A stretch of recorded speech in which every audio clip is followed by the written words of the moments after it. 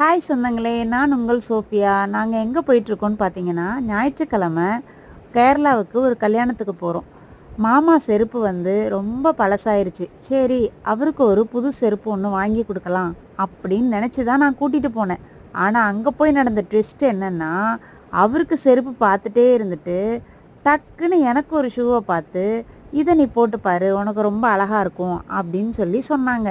எனக்கு தெரிஞ்சு போச்சு, இவர் எனக்கு தான் வாங்கி தருவார் அப்படின்னு சொல்லி எனக்கு தெரிஞ்சிருச்சு. அதனால நான் டைட்டாக இருக்குது, எனக்கு பிடிக்கல, விலை ஜாஸ்தியாக இருக்குது அப்படின்லாம் நான் சொல்லி பார்த்தேன்.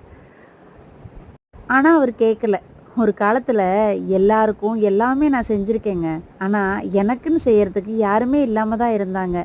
ஆனால் என் அன்பு கணவர் என்னைக்கு என் லைஃப்பில் வந்தாரோ அந்த நிமிஷத்துலேருந்து எனக்கு என்ன தேவை, எனக்கு என்ன பிடிக்கும், எது போட்டால் எனக்கு அழகாக இருக்கும்னு எனக்காக பார்த்து பார்த்து செய்கிற என் அன்பான கணவர் கிடைக்கிறதுக்கு நான் ரொம்ப கொடுத்து வச்சுருக்கணுங்க.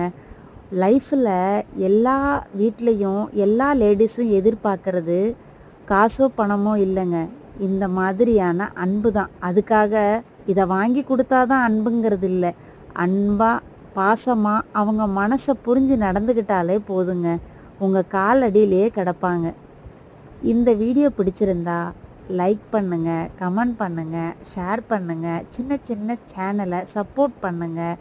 கடைசியாக அடம் பிடிச்சி அவர் வாங்கிக்கலங்க, எனக்கு தான் வாங்கி கொடுத்தாரு. ஒரு பர்பிள் கலர் ஷூ எப்படி இருக்குன்னு நீங்களே பார்த்து சொல்லுங்கள், அது நல்லா இருக்கா அப்படின்னு சொல்லி.